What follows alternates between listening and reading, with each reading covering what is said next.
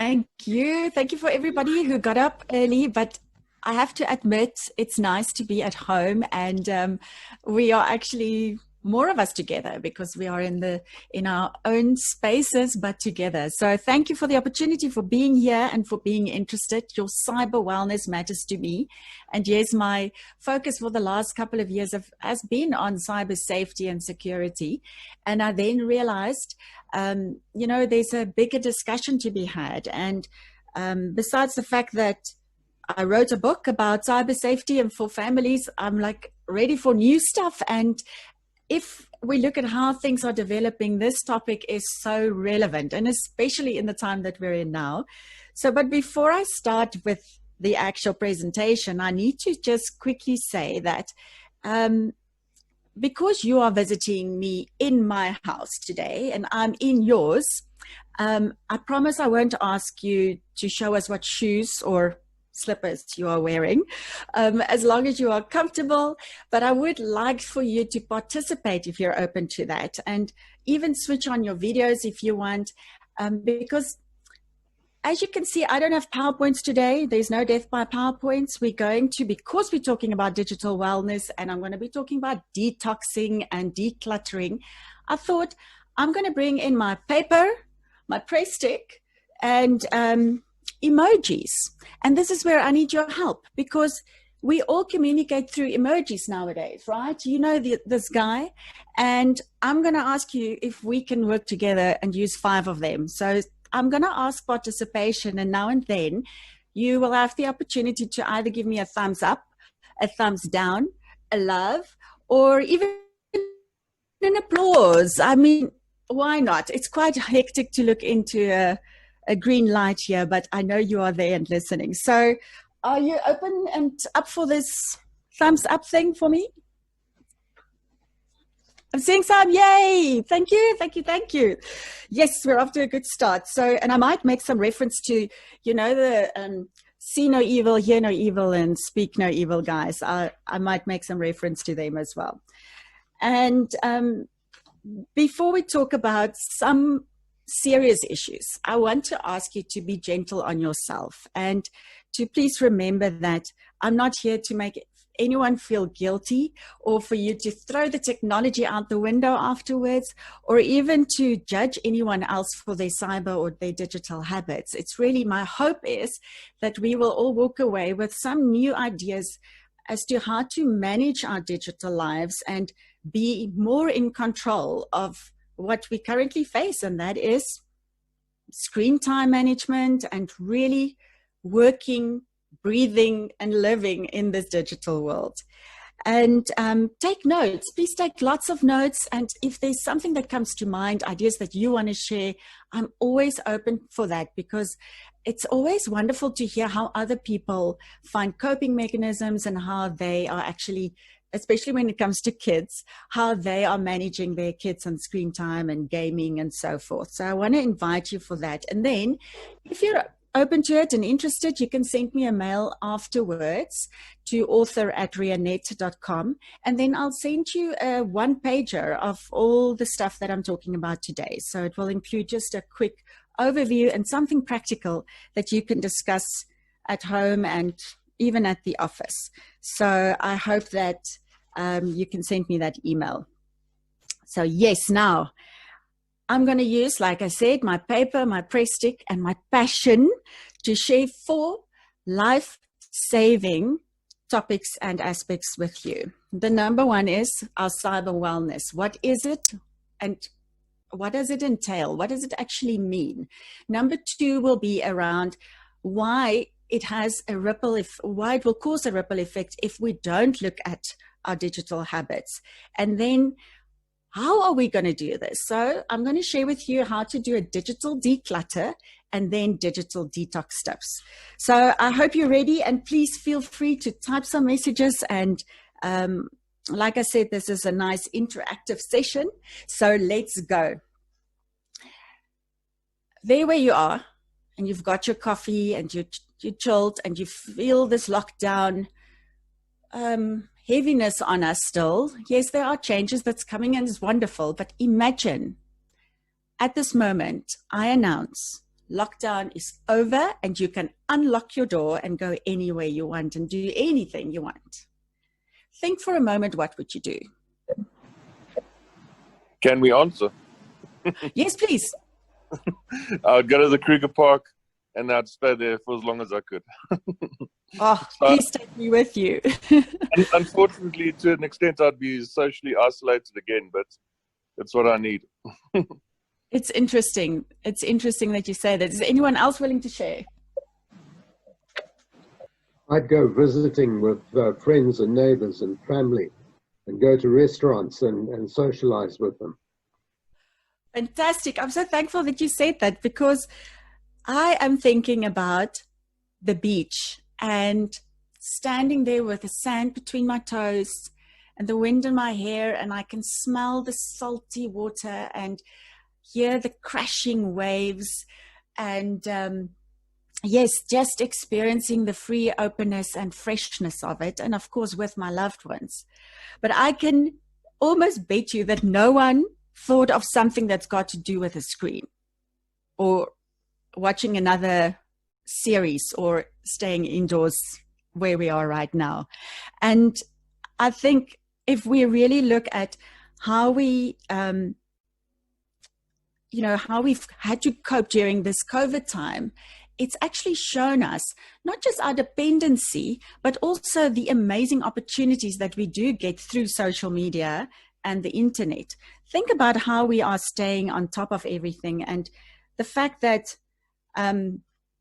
we are using screens we are using devices to wake up, to check the weather, to see where we drive to go, to do homework, to entertain ourselves. And so it goes on and on and on and on. And I don't know about you, but even though I wrote the book and it's got 50 chapters and advice for families on how to be cyber savvy, I don't know about you, but I still get a little bit overwhelmed. And I have a son who's busy with online gaming, and some days I really feel like I'm competing against screens and this attention grabbing world that we live in. Is anyone else also feeling this? This is where cyber wellness comes in, because only if we are really going to think about it, sit back and notice what we are actually giving our attention to, how much of it is given, then we can start to manage it. So what is cyber wellness? Let's start with something we know. We all know that wellness refers to everything from safe physical wellness, and we exercising and nutrition and really looking at your life holistically. And I really like the way, I quickly want to read this to you, the way the World Health Organization states it. It's wellness is an active process of becoming aware and making choices toward a healthy and fulfilling life. It's a state of complete physical, mental, and social well-being, and not merely the absence of disease. So for me, that is a good place for us to start, because if that is our physical wellness, there we go.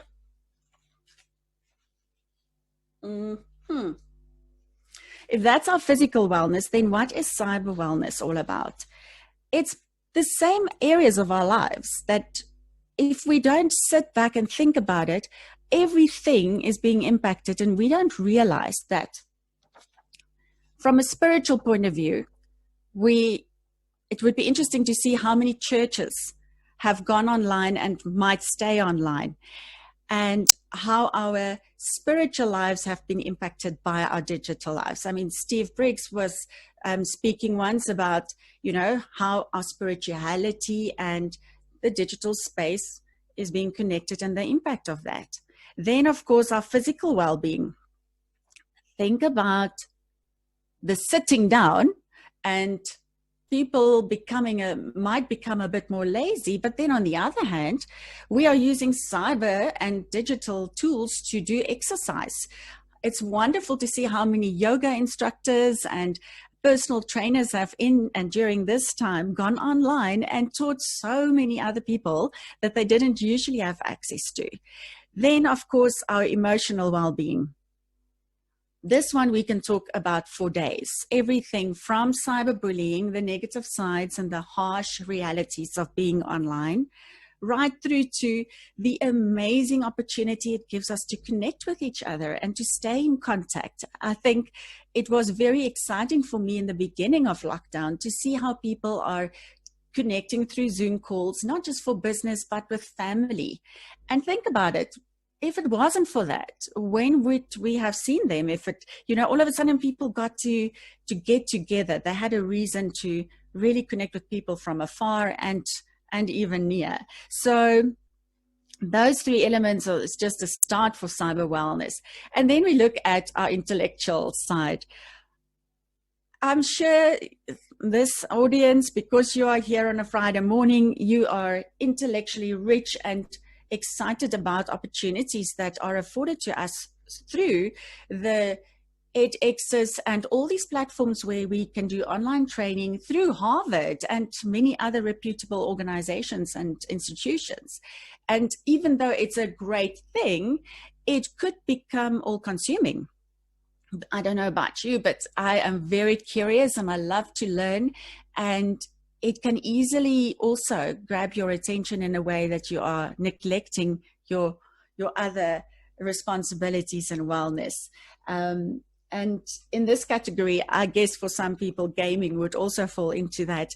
And we'll talk about gaming a little bit later, and online gaming, because it's such a exciting and fast growing industry, but there are some really big pitfalls we have to consider and look at so that we can manage it.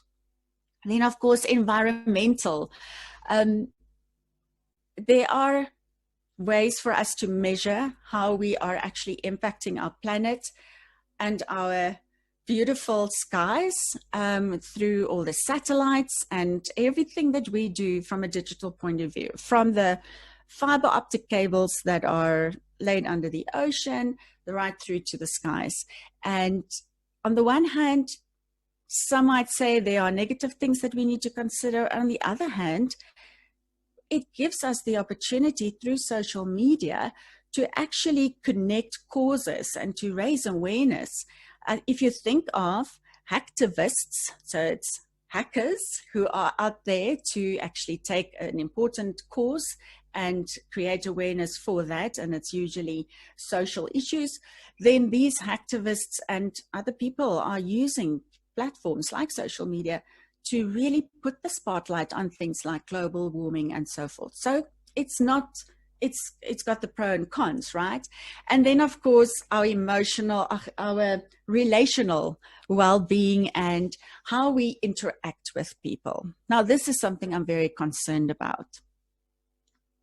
I'm concerned especially for the young people, because I don't know if you've ever tried or recently tried to call a millennial or someone younger. They don't like it. And I'm not sure if we've got any millennials, and I'm not putting stickers on anyone. It's just statistics have shown that even though I love a phone call and I love it to call people on their birthdays, it gives anxiety to younger people because they are used to messaging. And if they want to speak to you, they'll FaceTime you. They want to see you in real life. And the kids of today have never known a world without this.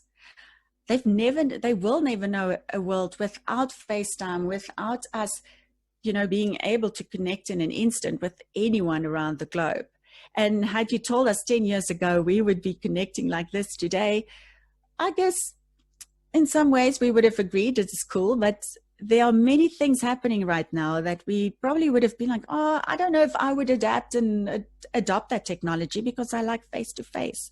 So now we are just face-to-face in a different way. But in terms of our relationships and our capacity to really harness and to nurture relationships, I would like to encourage you to please, let's teach young people how to have conversations, how to ask questions, how to really engage with someone and listen, because they are so used to, and all of us are exposed to this. And I know that some of you have raised a concern that our attention is being pulled in all these different directions. When last did you actually call a friend? When last did you actually call someone on their birthday, or actually just hear their voice and their tone of voice? Because like I said, these guys are doing the talking for us. And it's very easy to, if someone asks you, how's your day going, to just send a thumbs up and a smiley face and a little heart. And to them, it could mean anything. But it's when we call each other and we really engage that we can hear that pause and that worry in someone's voice, or that real excitement. So I just want to encourage us to look at all these facets of our lives and consider from a cyber point of view everything that we do and how we spend our time online in those areas. So are you still all okay? And is there any comments at this stage? Okay, I see a thumbs up, and okay, great stuff. So we'll carry on. So I have to go back one step. And now that you've got this view on cyber wellness, I find it interesting that the definition of cyber, or the cyber age, is relating to, or the characteristics of the culture of computers, information technology, and virtual reality. I'll say that again. It's relating to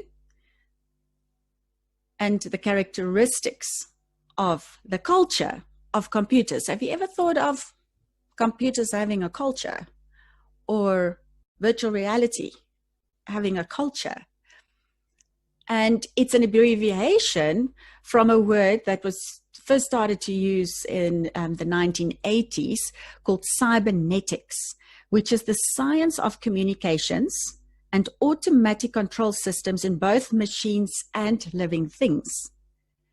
So when we look at our digital habits, considering this newer thought about cyber as being connected to a culture of machines, it makes me ask the question, and it's something I'm extremely excited about, but also concerned about things like Fourth Industrial Revolution and smart cities and everything else that is coming.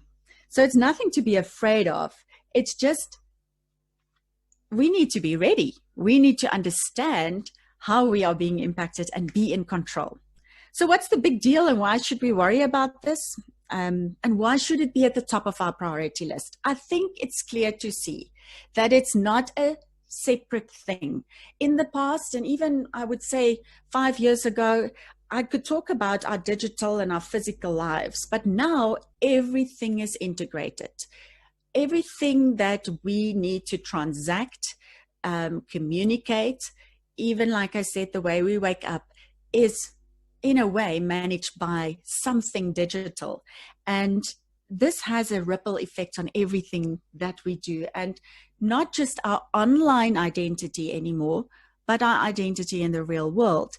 And I want to ask you, and if you don't mind, if you're open to it, switch on your cameras, because I want to ask, who is using, or who can say thumbs up or thumbs down for the following? It's just a quick check. So who is using social media? I guess. Okay, there are some thumbs down and some showing yes. Thank you, Michael. All right, and thumbs up. Then, and you see, we just assume everyone is using social media, but it's not necessarily true. Then the next thing is gaming. Does anyone do online gaming? Nope, nope. I'm not seeing any thumbs up for online gaming. And how about using the weather app and Google Maps? Yeah, okay. Fantastic. Those are practical ones. And who speaks to Alexa or Siri on a daily basis? Sometimes. Okay, and no, and no. So it's fascinating when people are saying who their family members are, and then sometimes I want to say to them, but you forgot about Alexa because you speak to her all the time to switch on the lights and, connect you to everything. Okay, does anyone have robotic toys? Okay. Some kids may, thanks for the applause. Some kids may have robotic toys. And last two, smart TVs. Okay, and any remote alarm systems. All right, so all these things are part of our lives, and some people use them, some don't. But the point is, we are moving into an era and a space where this will become the norm, where it will become so part of our lives, and that you will be almost forced into using these systems because that's the way things will happen and that's the way it will be done.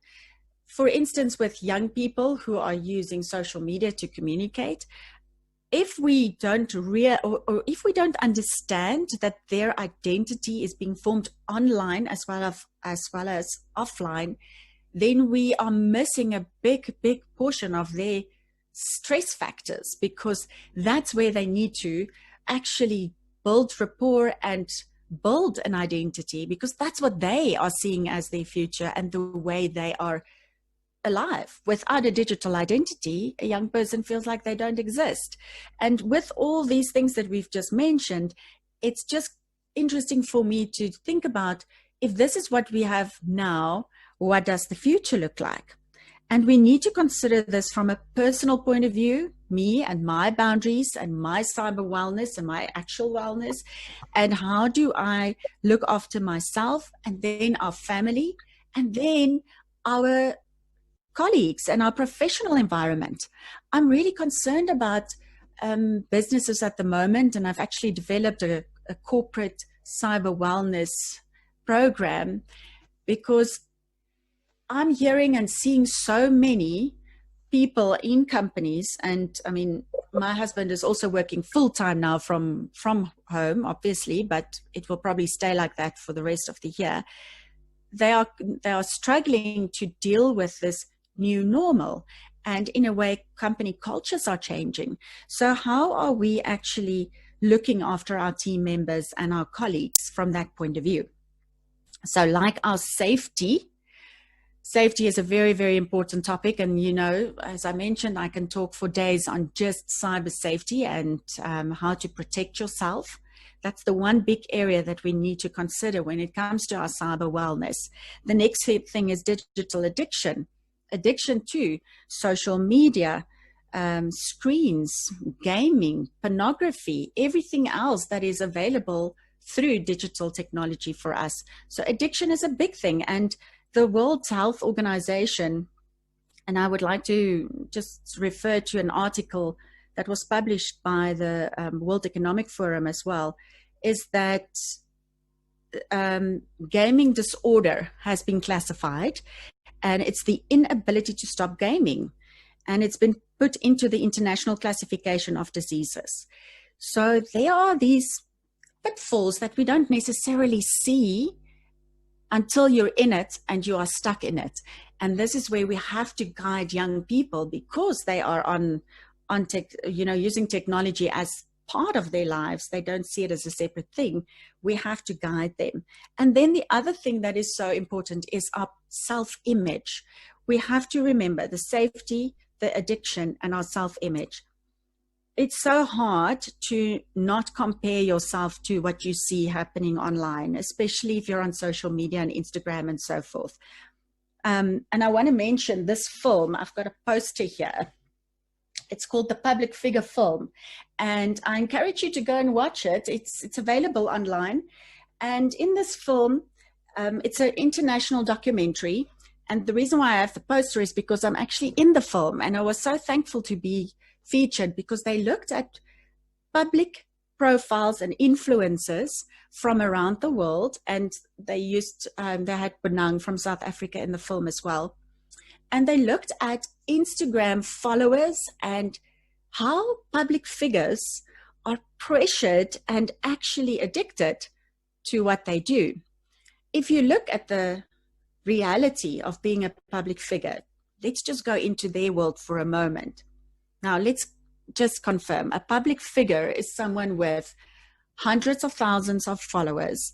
They have influence, and brands are using them to influence their target market. So whether it is, wearing a specific handbag or perfume or whatever it is, or driving a specific car, they actually impact so many people. And unfortunately, some of their followers are so oblivious and so, I want to say, blinded by the glitz and glam, that they don't realize that these public figures are actually given these things to share online. And it's a very lucrative business. Of course, now during COVID, it's been impacted hugely. And I know that public figures are actually having quite a big challenge in running their businesses. But coming back to this film, so they spoke to people from around the world, public figures, from a photographer right through to a model, and then Bunang, and a couple that actually in the States, they do food blogging and vlogging. They talked to them and asked them just, how did your life change and so forth. The reality is that is their lives, and that they've become so, their followers have them in a grip in a way. So myself, I gave feedback in terms of the addiction side, and the fact that we need to be more kind and generous with public figures, because some people get annoyed if they don't share what meal they had this morning or their baby birth photos and so forth. And it's an interesting discussion in terms of the public figures' addiction and how they are feeding their followers. And it's just such a actually sad and sometimes crazy ripple effect that is formed, and how we need to take control of that. Because especially for the young ones, it's all about the amount of friends they have and who's following them. And I don't know how they do it, but they have thousands of followers, some of these high school kids. So I just wanted to mention the film because Denzel Washington is in it. So it was quite a moment for me, I must say. I'll do my own emoji there, because I just really thought it was a fantastic opportunity. Myself, plus 2 other psychologists spoke, and then there was a legal advisor, just in terms of the world that public figures live in. So I mentioned to you that I am concerned about the way we as humans are being prepared for the fourth industrial revolution, smart cities, more advanced Internet of Things, and of course, even self-driving cars and other hackable things. I love it. I'm excited about it, but I'm wondering, how will we ensure that this 4IR won't consume us, but that we will stay in control so that we can consume what we need and what we prefer? So what can we do now? What can we do today to take control, to say, listen, I'm looking after my cyber wellness and that of my family. And it comes down to our own digital habits and the fact that we need to act responsibly online. And even if it's just doing online banking, even if you don't do social media, it's about making sure you look before you click. You don't just fall victim to these phishing scams, or I'm sure all of us have won the lotto before, or had someone, who left us loads of money. And if you only send this email with your personal details, you'll get it, right? So how do we do this? Number one, I want to just share a couple of ideas in terms of digital declutter. This is a fun one. You can do it today. And it is actually like spring cleaning your house. We need to spring clean our phones. And the one thing that I always started with, and I've been saying this for so long, and finally it's kind of law to use sanitizer and clean everything, including your phone. Can you imagine? And they've done studies to show that a phone, this thing that we handle so much, it touches many different surfaces. you give it to someone to enter their number, etc. It is dirty, and we need to ensure that we clean it often. So that's the physical phone, making sure that the cover is clean, etc. Then start with an apps review. Look at the apps that you have on your phone. You know what? We download and install these apps as if they'll never go out of fashion. So sometimes we thought we will use that app to manage something and to manage us. We've got games, we've got so much.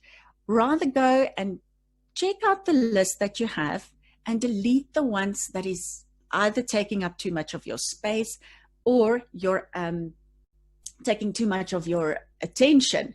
What I want to say, though, is to caution you, before you delete an app, make sure that if there are any photos or designs or anything that you're going to lose by deleting the app, make sure that you do a backup first and that you don't lose anything specific. Then sort out your home screen. So your home screen can be like, let's talk about this.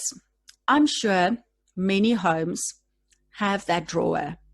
You've got that one that, no, it's a no-go zone. Because if you open it, you don't know what's going to jump out of it. It's got buttons, expired vouchers. It's got everything and anything in there that you don't know where to put. You're just stuck in there, right? Some of us have that on our phones. And that's why after decluttering your apps, then you take the ones that are left and you put them in groups. And this is quite nice because it saves you time and energy by looking at your phone and creating clusters and folders.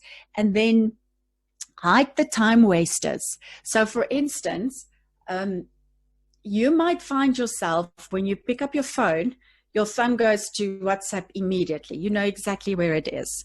And you check it so many times. Now, we all know FOMO is fear of missing out. And that's real. It's not, that's not fake news. It's something that we all suffer from. But if you can make it more difficult for yourself to get into Facebook or to get into Instagram by either taking those apps and putting them on the second page of your phone and putting them together in a other section, then you will think more before you get there.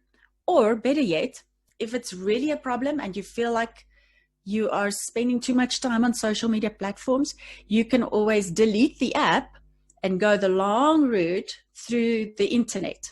And that is a way for us to actually not only declutter, but also manage our cyber behavior. Another thing that I would like to recommend is your WhatsApp groups. Okay, now, I know there are many memes and people who say you can't just leave the WhatsApp group. I have good news for you, because you may. Any thumbs up for that? Because we've got so many. Yes, thanks. We belong to so many different groups. And yes, some of them were maybe 3 months ago relevant, or in the beginning you were okay to be part of it. And then you realized the types of jokes or conversation is not, it's that hear no evil, see no evil, speak no evil thing. You're not happy to be associated, but you also don't want to leave. Leave the group, and you just leave by saying, guys, I am decluttering and there are certain things that I need to change to actually look at my cyber wellness and my time spent. And so the WhatsApp groups is a very, very important thing. It's actually one app that can get us into serious trouble. And I know you know about some of the things that have happened to people where they accidentally share photos they shouldn't have. But in terms of WhatsApp and the community rules, if you are on that group, you are responsible and part of everything in that distribution channel that happens. So rather leave it if you're not happy with it. And change your status to, my status says, if it can be seen by a 9-year-old, you're welcome to send it. Maybe yours will say something like, I'm available between this time and this time, which will help us as well in terms of our next digital detox part. Then sort out your photos and your videos. Oh man, some of us have got 200 selfies trying to get that special angle, or we've just not ever looked at our photos, and we've just been taking videos and so forth. So go through it, delete the extra ones, make backups, and create albums for yourself so that it's easier to go and find it. Luckily, there are so many options available in terms of cloud solutions and how you can take it from your phone and store it so it's ready for you when you need it, but it's not cluttering your phone. And then 2 last things is review your social media accounts and your friends. Yes, sometimes we need to let go of people and friends that you don't necessarily want to be connected with. Or in the beginning it was fine, but recently they have been posting things that you don't want to be associated with. And besides software updates, which is very important for us, and to update our apps, I want to remind you to have good passwords, especially to unlock your devices. Passwords, people just easily share it or they don't realize it, but I watch people in shopping malls and so forth, and I can see how they trace their finger and so forth. We have to be a little bit more careful with how we protect everything on our devices. And it goes without saying that we don't want anything illegal on our devices. And I remind the kids especially, no naked selfies and no funny videos, because that will be seen as child pornography. And if your phone gets stolen or lost, you never had the intent to share it, but it's there. So that part of the discussion is also important. So that's just a couple of ideas for digital detox. I hope that you will have a look at that today or even over the weekend. Maybe just scroll through your phone, even your phone book, and see what you can get rid of so that when you go in, emails as well. Email and inbox management is a whole other discussion, but it will make you feel lighter. And every time you look at your device, it might trigger something for you to actually look at your cyber wellness. Next up, and lastly, digital detox. So we have been discussing the impact of technology and screens and the fact that we can get addicted and so forth, right? But how do we do a digital detox if everything in our life is actually connected? You make the choice and you become intentional. And it is possible to manage your time away from screens. And not everyone will like it, because there is this tendency where people are expecting us to be available and online all the time. It also is difficult when you are on groups that have international friends and family, because when we sleep, they are awake. However, the first thing in terms of a digital detox is to decide you want to do it and to be intentional. Then let's remember that all the messages and all the social media, all the LinkedIn stuff will be there when we come back, but the people around us won't necessarily. And I think as parents, we are quickly answering this WhatsApp while we are preparing dinner, while we are quickly doing something else. And then there's a poor child standing there wishing and hoping to get some attention. And we are setting such a bad example, actually, in terms of being scattered all over. So in terms of one practical thing that I have been advocating the whole time is digital-free dinners. You don't need to invite anyone else to dinner besides the people around you. And it's just a rule, because you know what? The biggest thing that we have as parents and grandparents and family members to protect our children is our relationship with them. And I find that around the dinner table is actually one of the very, very precious times of the day where we can have eye contact and there's no distraction. The type of conversation around the dinner table, I might just add, is somewhat different, because we are talking about the game my son has played today, who he played with online, what happened that made him, that scared him or made him mad. So yeah, we're not talking about the regular stuff like how was your day at school, but it's that time where I can see, is he okay? Is there anything emotional that I need to look out for? And where we can just have that, like I said, teach kids especially how to have relational EQ and IQ. Then time boundaries. Listen, I want to encourage you to have boundaries, to say to yourself and your family, I am available on my digital device from, if you want, 6:30 in the morning till 9 o'clock at night. If it's an emergency after that, please call me. I will answer, but let people understand that you need to disconnect at some stage during each day. Then, of course, it is great to actually take a day in the week to have a little bit less screen time.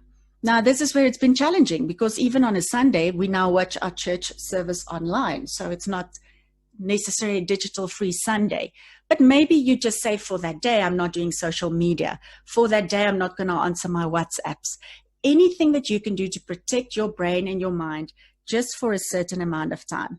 And then remember, there's a very nice setting on your phone. It's called airplane mode. And when you select that, nothing can come through to disturb you. And yes, we have that FOMO and we worry that someone might be looking for us. But now and then you need to have that, just that break from your digital screens. And then our daily habits. There's lots that we can do in terms of our daily habits. But here is something that what I wonder if we would be able to get right. I love the idea of going to the bush and to the Kruger National Park. Oh, how wonderful would that be? But I wonder if we would actually be able to survive. We will be able to survive, but I wonder how it would feel to not be connected for a whole week. And with that, I mean not checking in with anyone or not being checked on. So if we do go away as a family, let's be intentional and plan well. You can't go on a holiday and then all of a sudden take all the digital aspects away, but there are no board games and there are no puzzles and there's nothing else to do. So if we plan it intentionally, it will definitely be worth it and so enjoyable. So in terms of digital detox, pull the plug, and even if you just stare at the beautiful blue sky, you are actually regenerating and look after your cyber health, cyber wellness. Then let's be careful about fake news, especially during this time. We've seen the impact of fake news and how people can spread just anything we receive through a WhatsApp message. We just forward it, we fire it off without actually double checking whether it is relevant today. Is the image that being used, is that actually true? Is it something that was taken 4 years ago and now reused? Fake news is creating a lot of havoc, and I want to use this opportunity to ask that we take responsibility before we just share anything. Then the comparison trap. Let's be careful for that one, because it's so easy to say, oh, I didn't even bake a banana bread during lockdown. Everyone bakes banana breads, but I didn't. We compare ourselves, so we put stress on ourselves. And I don't know, maybe you did the egg challenge where you had to drink some alcoholic beverage with the egg challenge. Did you see that? Any thumbs up for that one? Not? Well, it's a good thing you didn't see it, because some of it was quite hectic. But, you know, people challenge each other on social media platforms. And this one was, basically something in line with you had to eat some salt or sugar, drink a raw egg plus some alcoholic shooter or something. And it went viral. So we can easily get caught into these things. But the problem is we compare ourselves and then start feeling guilty. And then, of course, attention spam, not attention span. You know, our attention is being diverted in so many ways, and it's tough for us to focus. And that's why it is good for us to do a digital detox now and then, to see, is it possible for me to sit and read a book for 10 minutes without checking my phone, or to have a conversation with someone at a restaurant without having my phone on the table. And then the addiction part we spoke about. And then another one that I'm a little bit concerned about is compassion fatigue. And in a way, again, emojis have given us the opportunity to hug, to share, and to love, you know, the hearts and so forth. And I really appreciated what Facebook did during lockdown, where they now have the care emoji. You might have seen that. So sometimes you don't want to like something and you don't want to dislike it, but it's sad news. So what do you do? So I really think that we need to be quite sensitive in the way we respond to people. If we read something and sad news, how about giving that person a call? Here is an interesting story, but this is probably 10 years ago already. Someone that I knew had cancer, and in the beginning, he got lots of visitors. And then he used social media to update everybody every day in terms of treatments and how he felt and so forth. And after a while, he said to me, the saddest thing is no one is calling, no one is visiting, even though they drive past his house. They know how he is because he's told them. So they, excuse me, they don't really have a reason to check in because they know how he's doing. And this is where we need to be so careful not to just sit back and trust technology to do the caring for us, because we all love that hug and that real touch. So before I close, I hope that you've received some practical tips, but remember, you can send me an email if you want me to send you everything on a one pager for you to go and try out yourself. And yeah, I hope that you can connect with me and follow me. And I think my details will be on the chat. You might not be able to see this, but it's here. And I would love to hear from you. And some of us are connected already. It's wonderful to see you again. But you can send me a mail to author@rianette.com. And if you could use these two hashtags, I would really appreciate it. So the big deal with hashtags is the fact that I can then go and find what you've said online. So if you wrote something to another group, or maybe you share a tip that you heard today and you hashtag ScadamSlim or CyberWellness, I will be able to find your comment. And ScadamSlim is because of my book. It relates to my book. This one is the Afrikaans version. The English version is currently in layout. It will be available within the next 2 to 3 weeks. Then I can track the conversation. So, Thorsten, I'm going to check now with you if there are questions, but let me quickly just wrap up with 2 thoughts. There's one part of our bodies, this tiny part of our bodies, it's our fingertips, that we use on a daily basis. In the past, we used to say that it's the tongue that is our biggest weapon and that it can set a whole forest alight. But I would like to say that it's our fingertips that we use to do our talking. We take photos, we record videos, we choose to like something, to retweet it, to share it with this tiny part of our bodies. And it's with this that we either break someone's heart or make their day. It's with this part of our bodies that we actually can share hope or distress. And I have to remind you that besides being responsible with our fingertips, your value is not determined by what is being said online or the amount of friends you have or even the comparisons that we do. Our value is determined by what it says in the word, and that you are marvelously and wonderfully made, and that there is a prosperous future ahead for each one of us. So we have the opportunity and the responsibility to be cyber savvy digital citizens, digital parents, and digital grandparents, and just to remember that the internet is a fantastic place for us to play and have fun on. But let's be cyber savvy and drive safely. Thank you so much for your time. I really appreciate sharing these thoughts with you. And I'll hand over to Thorsten. Rianette, thank you. Thank you. I think you've certainly hit a lot of resonance if we look at the all the group chat that has scrolled by as you were speaking. I'm wondering if we, I mean, if you want to, you can try and follow me on the chat. 1 or 2 of them were sent to me privately. But perhaps let me just go through them quickly, and then if you want to sort of interrupt and comment on whichever ones. There was certainly at the beginning, before you got into some of your practical declutter steps, there were some comments on how, also just, I suppose, affirming what you said on how this affects, how the digital world affects young people because of this almost like sculptured lives that we lead.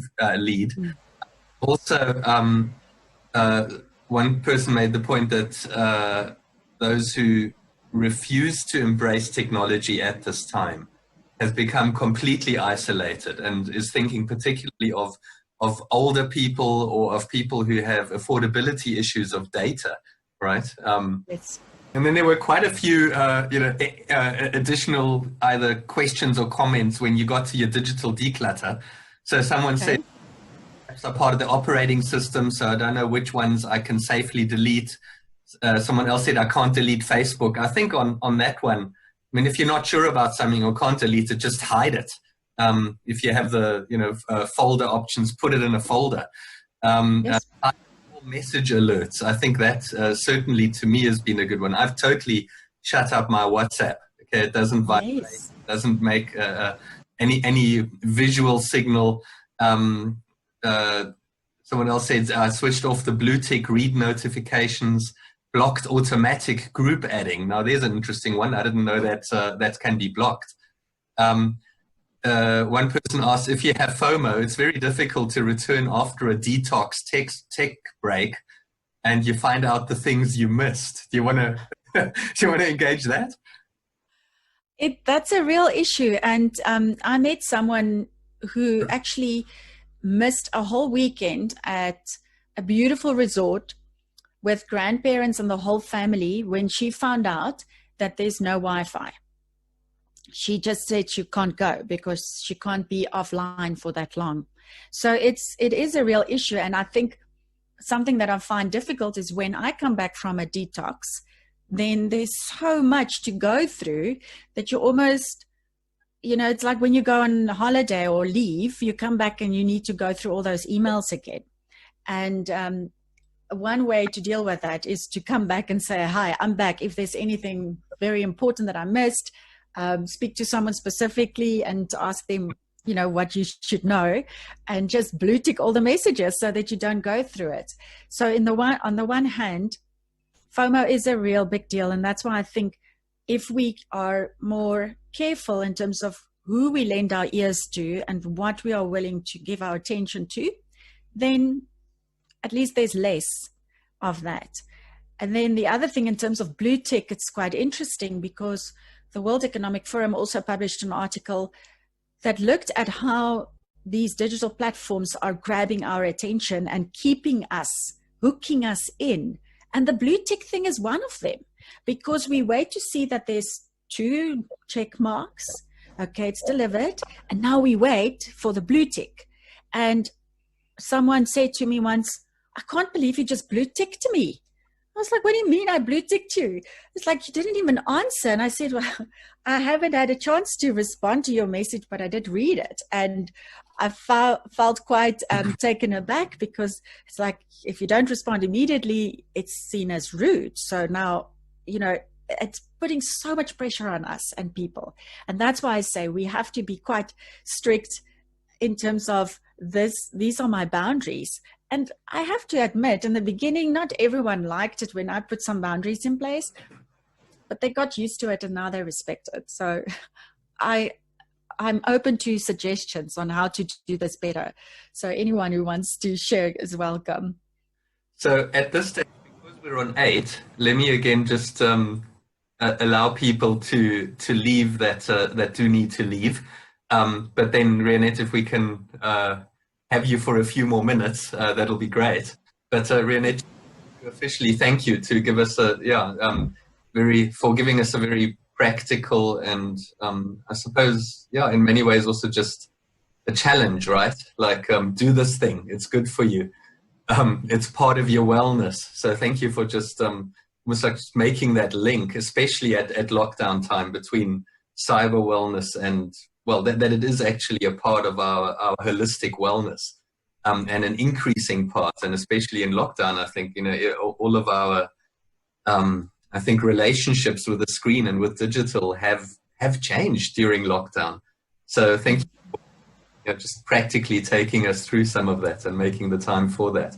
And thanks for what you're doing. And all strength to you for this wonderful thing that you're doing and the message that you're bringing out. Thank you, Rianette.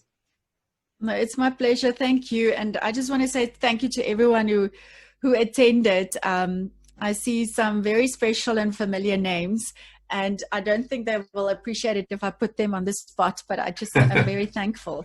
And again, please engage with me, because this is a learning for all of us, and you might have experienced something that I haven't encountered, and I would love to hear any additional tips, because hey, maybe I can use it for my next book, and just encourage everyone to just keep on shining your lights online.